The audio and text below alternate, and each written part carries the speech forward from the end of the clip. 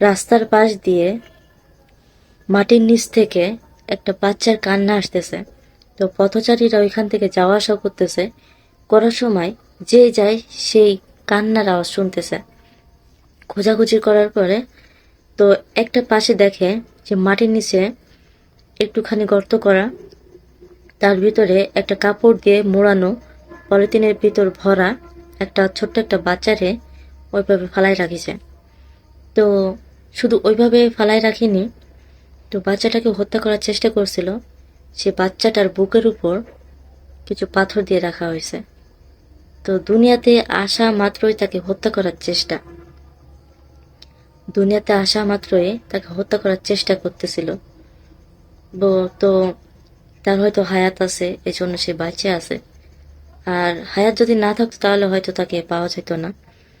তো আস্তে আস্তে যে পথচারীরা যেহেতু রাস্তা দিয়ে যাওয়া আসা করতেছে, পথচারীরা এই কাণ্ড কারখানা দেখে সব অবাক হয়ে গেছে যে এমন জঘন্য কাজটা কে করলো। হয়তো কাউকে দিয়ে দিতে পারতো, বা কোনো এক বাসা বাড়ির সামনে একটু ফালাই রেখে আসতো, লোকজনের সামনে পড়তো, তো কেউ তো আর ফালাই যেত না। তো দুনিয়াতে তার সন্তানকে আলো দেখাবে, সে যদি জন্মের পরে পরে, জন্মের সাথে সাথে তাকে যদি দুনিয়া থেকে বিদায় করতে হয়, তাহলে জন্ম দিতে গিয়েছে কেন? এরকম কিছু কিছু মানুষ আছে যে উল্টোপাল্টা কাজকাম করে যখন একটা সন্তান পৃথিবীতে আসার মতো, আলো দেখার মতো একটা আসে, তখন তাকে দুনিয়া থেকে বিদায় করার জন্য তারা চেষ্টা করে।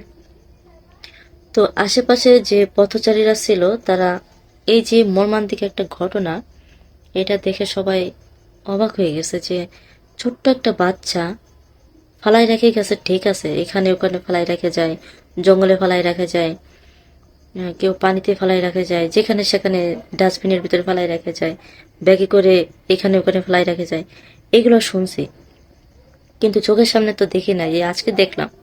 পথচারীর বক্তব্য হচ্ছে এটা। তো সব থেকে করুণ কাহিনী হচ্ছে তাকে হত্যা করার চেষ্টা ছিল যে বাচ্চাটা কাঁদতেছে কিন্তু তার বুকের উপর একটা পাথর দিয়া। তো ওইখানে একটা পথচারী মহিলা বলতেছে যে আমার পাশের বাসায় একটা মহিলাকে দেখছিলাম, সে প্রেগনেন্ট।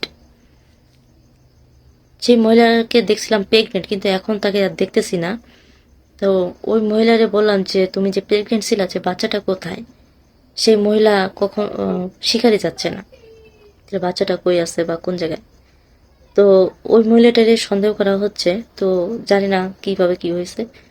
তো ওইখানে কিছু মহিলা হচ্ছে বাচ্চাটাকে ওইভাবে দেখে তাকে পরিষ্কার করে হাসপাতালে দিয়ে আসা হয় বা কারোর কাছে দিয়ে আসার পরে সেই বাচ্চাটার যত্ন নেওয়া হচ্ছে। আর ওইখানে পাশে যে থানা পুলিশ ছিল তাদেরকে ডাকা হয়েছে, সব ঘটনাস্থলে তারা ছিল।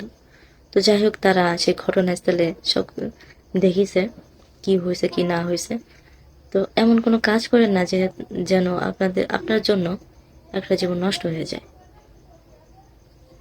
ভাবিয়া করিও কাজ, করিয়া ভাবিও না।